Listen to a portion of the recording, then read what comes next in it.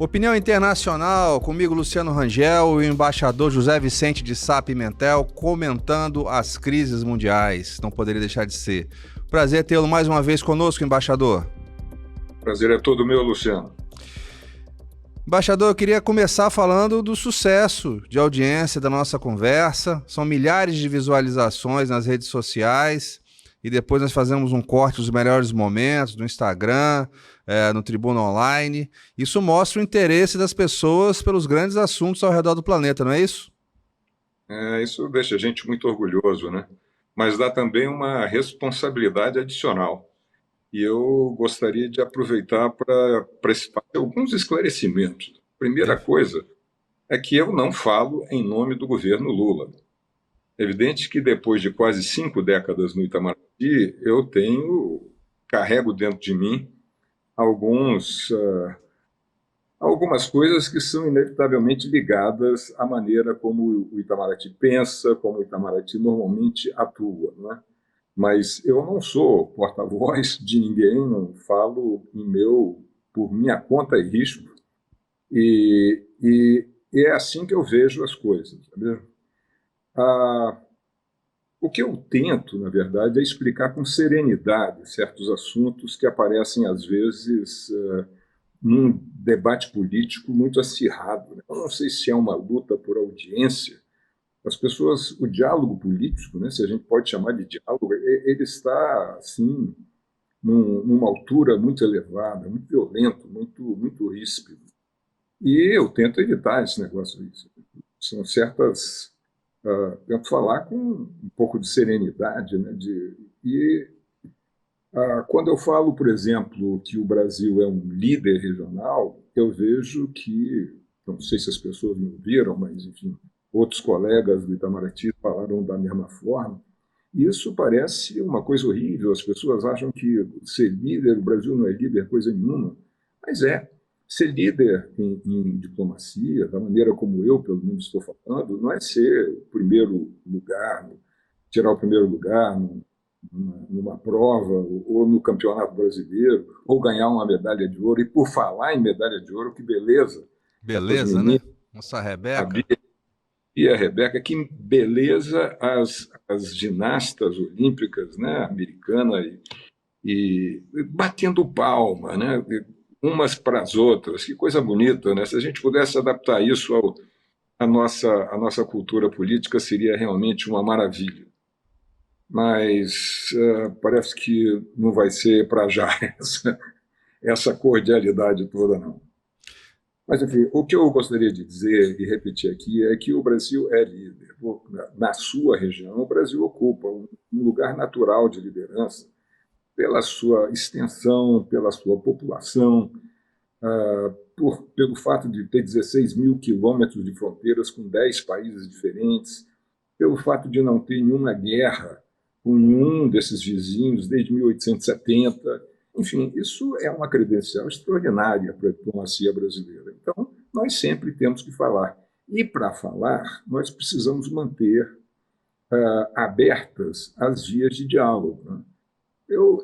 Uma coisa que eu lamentei profundamente, sempre com Caracas, foi o fato de que o governo anterior, o governo Bolsonaro, ele simplesmente fechou a Embaixada Brasileira em 2020.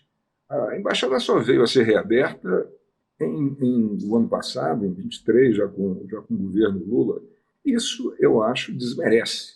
Isso, o que acontece? Você perde a interlocução, você não conhece os interlocutores. E hoje, o que é preciso fazer? É preciso ter muitos interlocutores. É preciso conversar muito, ouvir muito. E a embaixadora que está lá, aliás, uma excelente profissional, Bevane Oliveira, minha amiga, ela há de estar trabalhando dobrado agora, aliás, triplicado, porque tem mais 2 outras embaixadas sob a nossa responsabilidade, 2 embaixadas que têm refugiados, pessoas que estão ligadas à oposição do Venezuela, que estão lá dentro, e que, portanto, podem, de uma hora para outra, causar problemas, né? Porque a responsabilidade passa a ser a nossa. A bandeira que está tremulando na embaixada argentina e na embaixada peruana em Caracas é a bandeira do Brasil. Nós estamos por conta do serviço, não é mesmo? Isso é mais uma demonstração do respeito que nós merecemos ter, pelo menos na nossa região. Não só, eu diria, mas pelo menos na nossa região, nós temos, com certeza, um papel de liderança. Não quer dizer que nós sejamos os únicos líderes, não quer dizer que nós não precisamos falar com os demais, não quer dizer que nós possamos impor as nossas interpretações, a nossa maneira de ver as coisas. Não quer dizer isso, absolutamente. Nós temos a responsabilidade porque a nossa palavra tem um certo peso. Você tocou um ponto importante, né? O próprio Milei, né, que tem um discurso áspero, para dizer o mínimo, né, para ser diplomático, agradeceu a intervenção do governo brasileiro de zelar pela embaixada argentina lá nesse período de crise, né? Isso mostra mais ou menos o distanciamento que tem que haver entre um governo e a política de Estado, não é isso? É isso mesmo. E tem né, no Itamaraty certas maneiras de falar, né? E nesse caso aí é típico, né? Chegou a hora dos adultos tomarem conta da sala, né? Então, houve também certos comentários que eu também gostaria de esclarecer, por exemplo, o telefonema que o presidente Biden deu ao presidente Lula. Isso aí é o tipo da coisa que demonstra um certo apreço, ou pelo menos respeito pela nossa posição. Esses telefonemas são telefonemas em que cada um está cercado por seus assessores, está tudo tomado nota, as perguntas e algumas respostas estão escritas, né? Qualquer coisa o assessor vai acudir o presidente, de maneira que é uma coisa muito coreografada. Aí, depois desse telefonema do Biden, o Blinken, né, que é o secretário de Estado americano, fez declarações dizendo que, enfim, as atas que foram, as cópias das atas, né, que foram divulgadas pela oposição, elas estariam corretas e estariam dizendo que os vencedores, na verdade, não foi Maduro, e sim o Eduardo Gonçalves Urrutia. Muito bem, eu acho que, na verdade, isso significa que o Blinken estava querendo se dizer logo alguma coisa e se livrar desse assunto, porque ele tem os problemas seríssimos, né, com o Oriente Médio, e ele não tem muito tempo para lidar com as questões venezuelanas. Mas ao dizer isso, ao dizer que as atas providenciadas pelas cópias das atas providenciadas pela oposição estão corretas, ele não está absolutamente fazendo uma crítica ao Brasil, nem está prejudicando a posição do Brasil. Pelo contrário, a posição do Itamaraty sempre foi a de que as atas precisam ser divulgadas e elas precisam ser, eventualmente, cotejadas, não é? Já que a oposição também tem as suas atas. Isso não está sendo feito pelo Maduro, isso está enfraquecendo, naturalmente, a posição do Maduro. Enfraquecendo em termos, digamos, éticos, morais. Agora, na prática, ele tem os militares à sua volta, né? E isso daí impede que haja uma solução, vamos dizer, imediata. A posição americana de reconhecer a vitória da oposição e da União Europeia de se manter, de não reconhecer ninguém, há um temor de que possa haver um recrudescimento da situação, uma piora do ambiente político na Venezuela, a lá Daniel Ortega, na Nicarágua. Como é que o senhor analisa esse risco e como essa pressão que se exerce sobre a Venezuela nesse momento? Que risco que nós temos de enfrentar isso? Enfim, os riscos são muitos, né? Se você fosse querer fazer assim, elencar os riscos que a gente está correndo, que na verdade a Venezuela está correndo, são muitos e são graves, né? Agora, o que você pode fazer nesse momento? A União Europeia está corroborando a opinião que já foi expressa por alguns países, né? O presidente Lula está no Chile fazendo uma visita. Eu ouvi hoje que a esquerda chilena é mais moderna do que a brasileira. Eu não sei muito bem o que significa, mas o fato é que o Boric é um líder regional também, é uma pessoa importante. E o fato de que o Lula está lá conversando significa que o torniquete está apertando, né? Nós estamos tendo uma pressão ah, extra-regional e regional de maneira a alertar os, os atuais dirigentes venezuelanos. Está todo mundo de olho aberto e que as melhores soluções, às vezes, não são aquelas soluções que a gente imagina no primeiro momento, né? Eu não creio que o Maduro possa aguentar essa pressão indefinidamente, mas também acredito que ele vai entregar a rapadura assim de uma hora para outra, né? Então, é preciso ter alguma noção de pressão ao longo do tempo. Esse tempo a gente não pode, a essa altura do campeonato, a gente não pode dizer quanto tempo será, né? Porque, inclusive, na sua excelente coluna de ontem no jornal A Tribuna, que é a sua coluna que é Opinião Internacional, que é publicada todo domingo no jornal A Tribuna, você diz que, por mais doloroso que seja, não se visualiza uma solução rápida para a crise na Venezuela. Você dizia que o tempo da diplomacia, dessas soluções políticas, não são o tempo da imprensa, não são o tempo da internet, né? Pois é, a gente gostaria até que fosse, mas acontece que você não pode simplesmente dizer para o Maduro, olha, saia daí porque está todo mundo dizendo que você não ganhou as eleições, portanto você tem que sair. Não é assim, não funciona assim, né? Se você tem um exército do seu lado, o seu argumento acaba tendo um peso danado.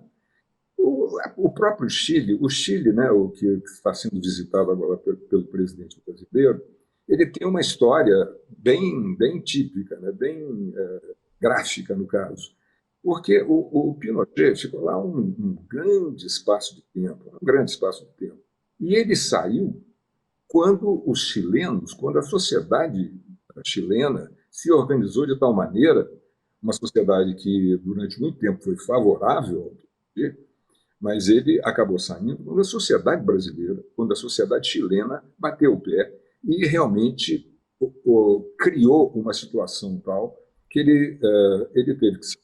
Não podia mais ficar. E teve um fim, um triste fim, né? O Maduro ele está se encaminhando por esse caminho. Ele vai depender muito da resistência interna do povo, da sociedade venezuelana, a intensidade dos próximos capítulos dessa terrível novela, né? Embaixador, eu queria só, para encerrar esse tópico aqui, antes de nós cruzarmos o oceano, eu queria abusar da sua experiência, porque você falou uma coisa muito importante sobre a liderança regional do Brasil. E as pessoas tendem a confundir um governo ou outro governo, um lapso de tempo ou outro, as suas convicções políticas, etc. Mas, assim, as características regionais, econômicas, geográficas do Brasil é que, de certa forma, permitem até a sua evolução econômica, industrial ao longo do tempo em relação aos seus vizinhos, é que garantem, de certa forma, essa liderança aqui no continente sul-americano. E as pessoas parecem que têm uma dificuldade de entender isso. Como é que se apresenta o Brasil no cenário mundial? Como ele é visto pelos outros países em relação a essa liderança regional? Pois é, e aqui está, né? Quer dizer, nós temos uma liderança que pode ser um fardo. Ela é uma responsabilidade, né? É uma responsabilidade muito grande. Então, é preciso atuar. Você não pode simplesmente fechar a embaixada, jogar fora a chave e dizer, não tenho mais nada, não me interessa nada disso. Até porque você tem uma fronteira importante, no caso com a Venezuela. uma fronteira que, se você não tomar conta muito direitinho, vai encher de bandido, vai encher de gente, de narcotraficantes, etc, etc. E se você não conversar muito com as pessoas e não mostrar qual é a sua posição, qual é a sua inclinação naquele momento, você vai permitir que as pessoas criem eventualmente um problema dentro de casa que não é bom para ninguém, né? Quer dizer, o Maduro agora, aparentemente, já tem 2.000 pessoas presas. Ele está anunciando que vai fazer novas prisões, não sei bem o que isso significa, mas certamente indica que ele está querendo aumentar o número de presos, né? Isso, olha, eu acho francamente que ele está correndo um risco muito sério ao fazer uma coisa dessa, porque isso não vai ser aceito, isso vai criar uma resistência ainda maior em vários países que vão aumentar a pressão de seus respectivos lados. E nessas horas, por enquanto, ele tem os generais em torno dele, mas não está absolutamente claro e não é impossível que alguns desses generais se voltem contra ele, né? Queiram ocupar o lugar que está sendo agora ocupado por ele. Ou pode ser também que, se não generais, né, nós tivemos no Brasil um movimento tenentista, talvez alguém de nível mais baixo, algum capitão aí, mais ousado, pode talvez querer fazer alguma coisa, criar problemas. E tudo isso, todas essas possibilidades, devem ser pesadas, e devem, de alguma maneira, nortear a posição do Maduro e dos atuais dirigentes venezuelanos. Bom, vamos cruzar o Atlântico aqui, vamos lá para o Oriente Médio, onde o Hezbollah já lançou foguetes contra Israel, segundo nossa edição de domingo aqui, e as notícias recentes. E eu fico particularmente preocupado, e você com sua experiência sabe disso, em relação ao Irã, que muitas vezes um líder político acaba sendo obrigado a ouvir uma ala mais radical do seu país, do seu governo. Estamos caminhando, e os Estados Unidos mandaram agora uma parte da sua máquina de guerra para o Mar Vermelho. A situação está escalando na região? Você tem um risco muito sério, né, muito grave, e há uma série de situações, né? O Netanyahu visitou os Estados Unidos, falou com Biden, falou com Kamala Harris, e depois foi a Mar-a-Lago, na Flórida, falar com o Trump. Eu duvido muito que o presidente Biden tenha gostado dessa sequência de encontros, né? E o que está aparentemente acontecendo agora é que as relações do Biden com o Netanyahu estão deteriorando, né? O que diz o New York Times é que os telefonemas entre eles se tornaram ásperos, porque, afinal de contas, o Netanyahu ele está fazendo dentro da lógica de guerra total que ele está usando. Foram 3 vítimas, né? 3 dirigentes, dois do Hamas, né? Um assassinado em Teherã, outro líder, e esse que foi assassinado em Teherã era um representante do Hamas, né? Era um dos encarregados das negociações de paz, quer dizer, do cessar-fogo, né? E ele foi morto. O Israel não assumiu a autoria desse atentado, né? Mas também o Hezbollah não assumiu um atentado nas colinas de Golã, no fim de julho, que teria matado até crianças, né? Israel, em vista disso, eliminou, né, 2 líderes militares do Hamas, e do Hezbollah. Ou seja, neste momento, você está criando uma dificuldade ainda maior para o encaminhamento razoável dessa situação. E o que está acontecendo? Né? Você está numa campanha eleitoral. Então, os Estados Unidos tomarem uma posição muito contrária ao governo Netanyahu nesse momento se torna uma coisa difícil, porque é conhecida a estreita cooperação que existe entre os dois. Né? Ao mesmo tempo, se existe a amizade americana para com Israel, é essencial que exista a contrapartida. Né? É preciso que haja confiança entre eles. E, nesse momento, não é a melhor maneira, do ponto de vista norte-americano, para lidar com uma escalada militar no Oriente Médio. E essa escalada não é impossível, porque os iranianos, a gente já sabe, eles atuam, né? O líder máximo do governo iraniano é um líder religioso, um ayatollah, quer dizer, é uma pessoa que é um líder da fé islâmica. Então, e aí vale aquela coisa de que é preciso uma vingança, dizem eles, né, os iranianos, o direito internacional assegura ao Irã o direito de retaliação. Quer dizer, você está indo por um caminho muito difícil. E não é a boa maneira de você lidar com essas questões. Enquanto isso, você tem, a cada dia que passa, fotografias e vídeos mais terríveis do que está acontecendo em Gaza. Não é uma situação nem um pouco interessante para lado nenhum.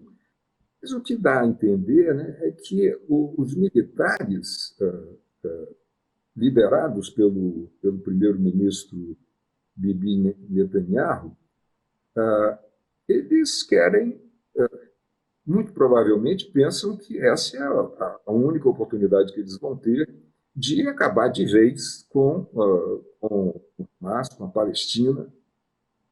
E há dúvidas sérias, né? Porque a comunidade internacional não pensa assim. E a grande simpatia que Israel sempre teve de uma população mundial expressiva vai se perdendo. E os países árabes que têm essa dificuldade enorme de atuar no conjunto, eles agora estão sendo quase que impelidos, né, a assumir uma posição comum contra Israel. Então, você tem emissários do governo iraniano, da Palestina, na Arábia Saudita, tentando fazer com que a Arábia Saudita pronuncie contra Israel, fazer a mesma coisa com os Emirados Árabes Unidos. Enfim, está criando uma situação que, francamente, é muito perigosa. É muito perigosa. Muito perigosa. Lamentavelmente, muitos lucram, né? São favorecidos pela guerra, né? Tem sempre alguém querendo arrastar os países para uma guerra. Embaixador, agora é hora da gente falar das eleições nos Estados Unidos. Está chegando a hora também da Kamala Harris indicar quem vai ser o seu vice nas eleições. Quais são suas apostas? É verdade. Eu não quero fazer apostas, não, né? Porque a tradição americana é de que o vice, né, seja escolhido em função de benefícios específicos que ele pode causar à chapa. E as eleições americanas, como a gente já mencionou algumas vezes aqui, né, elas não se ganha não aquele que tem necessariamente mais votos, mas aquele que tem o maior número de estados que o acompanham. Cada estado, em suma, ele, em função de sua de vários assuntos, mas fundamentalmente de sua população, ele tem um certo número de representantes, de delegados. E são esses delegados que irão, numa numa fase posterior, na fase final, dizer que eles votam a favor de fulaninho ou fulaninho, né? E é aí que você faz a soma. Então, tem certos estados que são os estados assim que são mais ou menos fiéis da balança. Alguns estados, tipo Califórnia, tipo Nova York, eles são democratas, não tem a menor dúvida, eles são democratas e serão democratas. Alguns estados, como Arizona, como estados vários do meio oeste, né, eles serão republicanos e vão votar republicanos, pode ser um maior número de votos, um menor número de votos, mas eles serão sempre do reduto republicano. Então, tem alguns estados que esses sim definem a diferença dos votos no final, né? E alguns deles podem pender para o lado democrata, estavam pendendo para o lado republicano, até essa reviravolta extraordinária da Kamala Harris, que agora está como que reenquadrando, né, a situação, e em alguns estados em que Trump havia passado à frente, ela ganhou a dianteira. E as últimas pesquisas dão a Câmara 1,4 na frente do Trump, o que é muito pouco. Muito pouco, porque, veja só, embora se tenha pouco mais de 3 meses para ter as eleições, as coisas acontecem de uma maneira, por exemplo, o Oriente Médio é uma grande interrogação. O que vai acontecer no Oriente Médio? Não sabe. O outro dado, as bolsas do mundo inteiro, em função, reagindo, né, à divulgação dos últimos números do emprego e desemprego nos Estados Unidos, que não foram de acordo com as expectativas das bolsas internacionais, as bolsas tiveram uma queda tremenda. Isso aí vai dar munição, naturalmente, à retórica republicana, à retórica do Trump, né? Mas é tudo muito incerto ainda agora. Mas houve uma reversão extraordinária de expectativas com a desistência do Biden e a eleição, porque ela já está eleita, ela já tem o número de votos necessários dentro da convenção democrata para ser considerada a candidata do Partido Democrata para as eleições de novembro. Muito bem, vamos aguardar os próximos capítulos dessa novela eleitoral nos Estados Unidos. Embaixador, quero agradecer a sua presença na nossa conversa, no nosso podcast, o seu podcast de opinião internacional, e a qualquer momento estamos novamente aqui juntos para você nos esclarecer e opinar sobre a situação política internacional. Muito obrigado. Muito obrigado, Luciano, muito obrigado à tribuna. Isso é uma oportunidade que eu prezo muito e folgo em saber que as nossas conversas aqui estão tendo essa acolhida favorável, né, entre os leitores da tribuna, entre os que veem a tribuna online. Um grande abraço para você, abraço para todos aqueles que nos têm distinguido por sua atenção. Obrigado pela audiência e até o próximo Opinião Internacional.